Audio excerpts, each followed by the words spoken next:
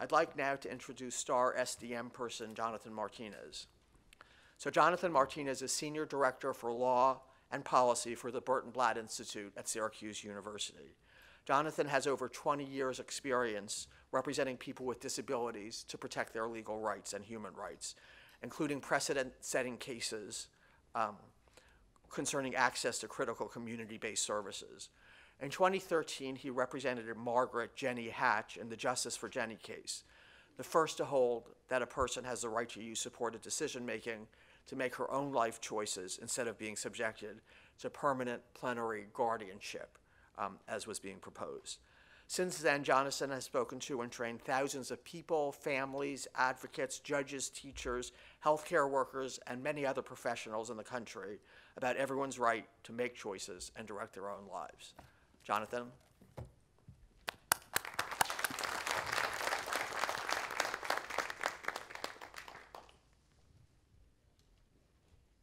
Thank you so much, Alan.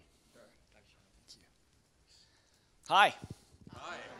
I'm Jonathan Martinez. I am the Senior Director for Law and Policy at the Burton Blatt Institute. It is such an incredible honor to be here in this beautiful room on this beautiful day to talk to you about something I think is a beautiful thing, and that is supported decision-making. You just heard people saying what it is. You've heard Ellen say what we're going to do. Today, you're going to have people on this stage talk about how they do it. I think my job today is to tell you why.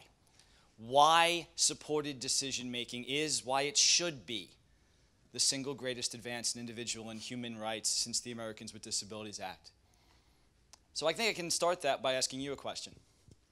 What's your favorite right?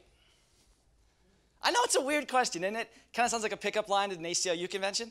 But think about it.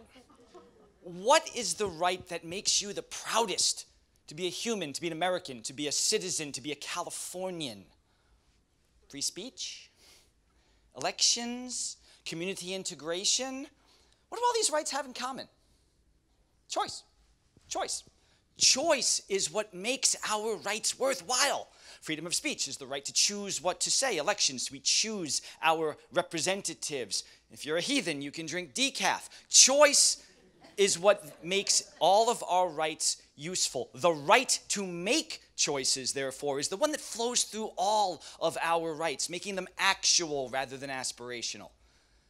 Clinically, we call that self-determination. It's a fancy phrase. Self-determination just means being in charge of your life, being the captain of your ship, being the one who makes the final decisions in your life. And what we know from 40 years of studies, by people with way more initials after their name than me, is that when people with disabilities have more self-determination, when they exercise their right to make choices, they have demonstrably better lives.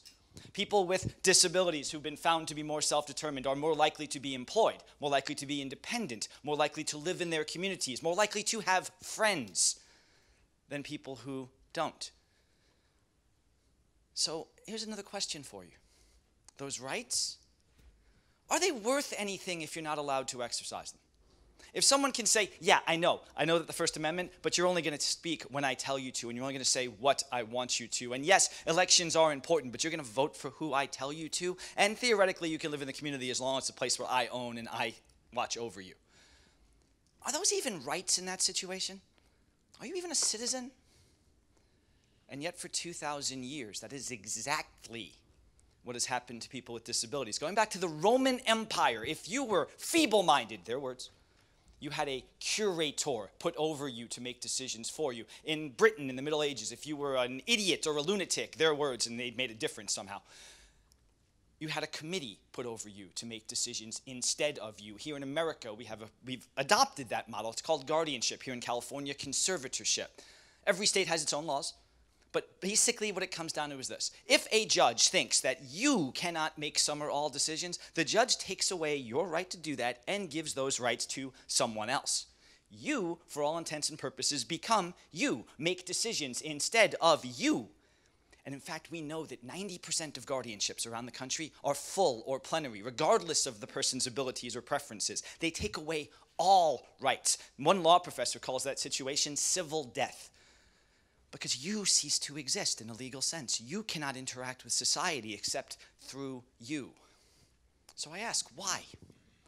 Why?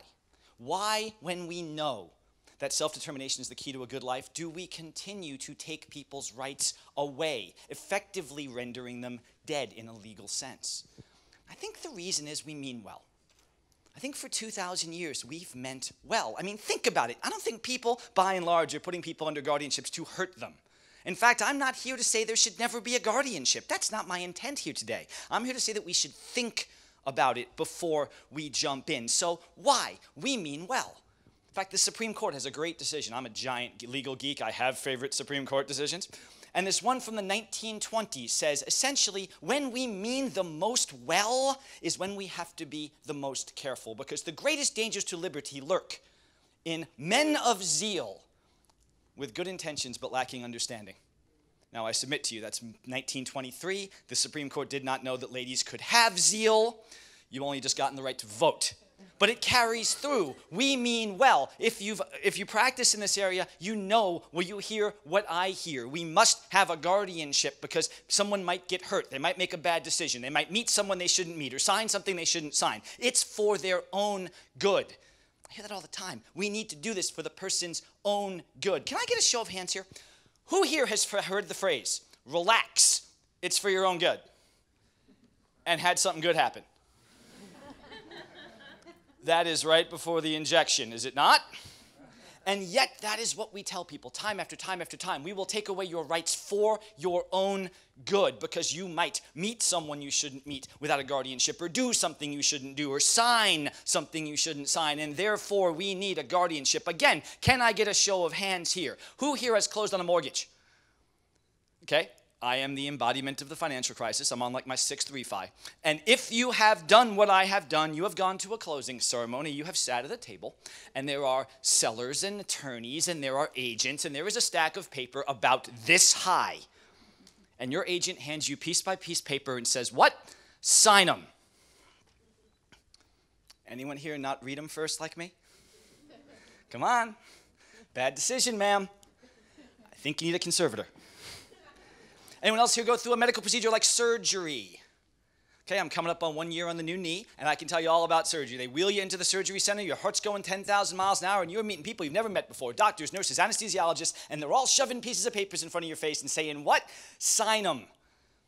Anybody here like me not read them first?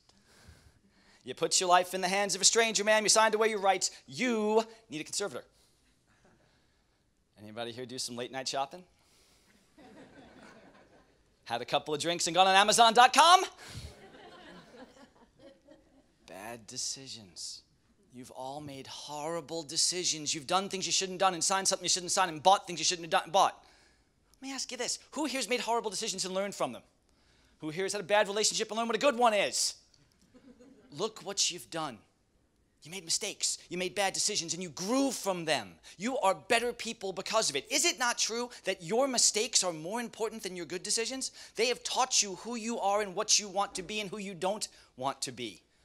So again, I ask, why do we take those rights away?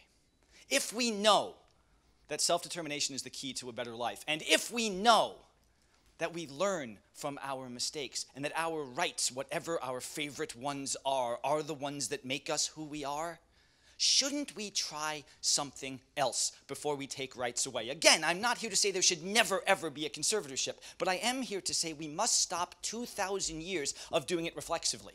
We must think of another option to empower people, to give them the opportunity to make good choices, make the choices that they want to make using the supports they want to have, and that is what supported decision-making does.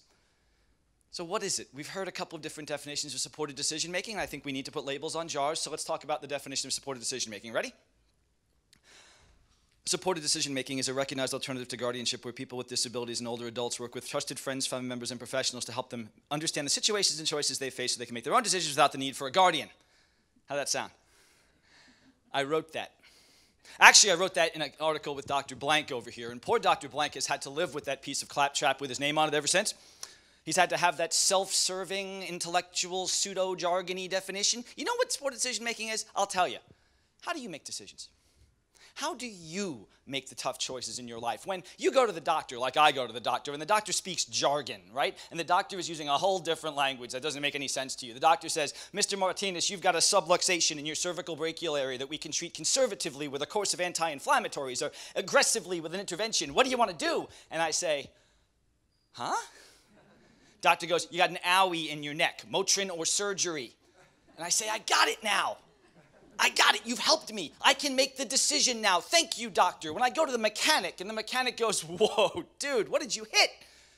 My goodness, your muffler bearings are rattling around like no one's business. Your headlight fluid's a quart low and dropping. I can fix that. It'll take 2 weeks, cost $1,000. Car will be good as new. You want to do it? I don't know about cars. Go to my friend who knows about cars. I say, Jeff, what should I do? It's $1,000. That's a lot of money. I mean, can I get by on half headlight fluid? And he goes, dummy, there's no such thing as headlight fluid. There's no muffler bearings. You're getting ripped off. And I say, thank you. Now I can make a decision. You've helped me. You've supported me. That's supported decision making. We use supported decision making every day. Hell, I had to get help from Siri to find this room. So supported decision making is something we all do every day. It's not a mystical thing.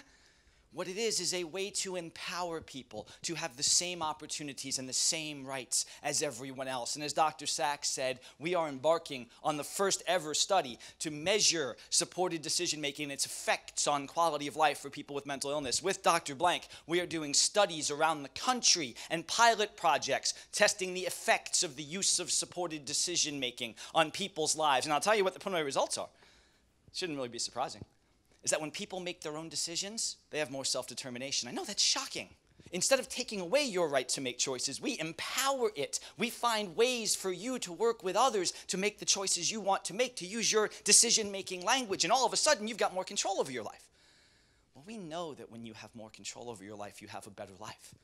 So if that's true, if supported decision-making equals more self-determination, and we know that self-determination equals a better life, why aren't we doing more of it? Why? That's why we're here. That's why we're here. We're here to say once and for all that everyone has the right to make choices. Each one of us has the right to the best possible life as we define it, to make the choices that we feel are key to our lives. That no longer will you simply, on the basis of a diagnosis, lose your right to be part of society. And that's hard. That's a hard thing because there's 2,000 years of headwind against you, 2,000 years of what I call overbroad and undue guardianships in the way of that. In fact, if we leave here today, if at the end of the day we have done our jobs and you're saying this is the right thing to do, we need to do more of it. You know what you're going to hear? You're going to hear what I hear because I hear it all across the country. Someone's going to say to you, they're going to wag their fingers at you and they're going to say, you know, you're asking us to change the way we've always done things. You're asking us the way, and you're going to hear it. I hear it in every state. Okay, so what we need is a unified answer to that. And if you take away nothing from today, please take away this answer. I think it'd be awesome if we all answered it the same way, so that when the fingers wag at you and they say, you know, you're asking us to change the way we've always done things, here's what you say. Ready? Yep. Every great advance in civil rights or anything else has fundamentally changed the way we've always done things. In 1774, the United States of America was not the United States of America. It had always belonged to Great Britain. We changed it. In 1863, where I live in Virginia, some people could own other people. We changed it. In 1918, women couldn't vote. We changed it. In 1989, people with disabilities were, in a legal sense, not people. We changed it. Everything we do fundamentally changes that which came before, and that's hard. That is hard. Change is hard. Choice is hard. If we empower people to make choices, I tell you right now, people will make choices we don't agree with. People will do things that we think are not good ideas. They will do things that we think are not in their best interests. And that takes courage to empower that. But think of it this way. If we're going to say that your right to make choices is contingent upon only making choices in your best interests, in what I call the Mr. Spock standard, if we say you must only make logical choices, then I sure as heck hope none of you guys eat ice cream, or drink beer, or lie in the sun, because none of those are in your best interests. Except they are. It's what makes us who we are, isn't it? So choice is hard. Empowering choice is hard. I want to leave you with a quote from my favorite author, Stephen Donaldson. He says this, "I know it's hard. Choice is hard. But we were not promised ease." Everyone here who is an advocate, who is a professional, who is a parent, who is a person, knows this. The purpose of life is not ease. The purpose of life is to choose and to act upon our choices. In that way, we are not judged by one outcome. We are judged by who we are at the end of the day, by our daring, our effort, and our resolve. And these things that we are talking about, supported decision-making and changing 2,000 years of overbroad and undue guardianship, takes daring, effort, and resolve. But if the day comes, when it becomes the paradigm for the way that we treat people, when we say that no longer will we take away your rights because of who you are, that day when people with disabilities have the same rights to dare the same dreams, to take the same risks, to be productive, effective, respected, and included members of their society, when that day comes, your favorite rights, whatever they are, they will be equal rights. And that's why we're here. Thank you so much.